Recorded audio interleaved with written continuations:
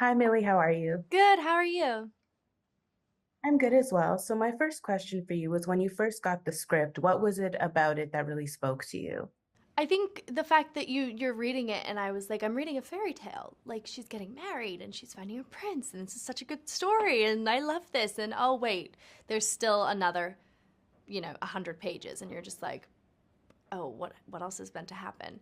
And I think that's probably like the first 20 pages of it being like, oh, like this sounds like the ending of the movie and it's actually just beginning.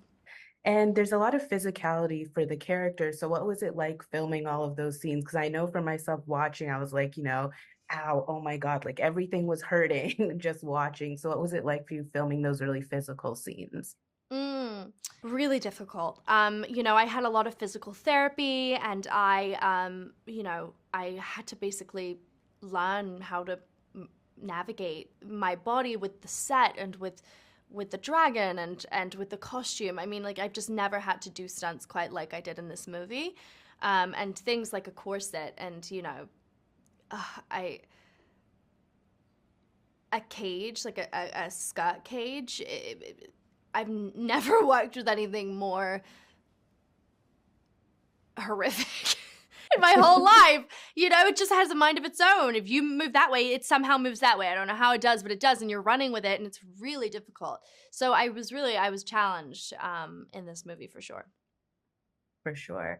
And you've obviously done other sci-fi and fantasy things before. So I was just wondering for you, is there something specific to this genre that really like draws you to it? I think, there's so much happening in the world. The world can be a really scary and overwhelming place, especially for people younger, coming out of COVID. Like, there's just a lot of anxiety around, in the world. And I think for people and for especially my generation and even my younger sister's generation, it's nice to watch things that help you escape and take a break and just enjoy what isn't happening in the world right now, which may be a princess fighting a dragon or, I personally know what my like escapism is. Like that's like I love the Harry Potters and I love Twilight and I love just like those movies that just help you relax and you're like, oh, I don't have to think about this world right now and you can escape. And I think that's the beauty of filmmaking.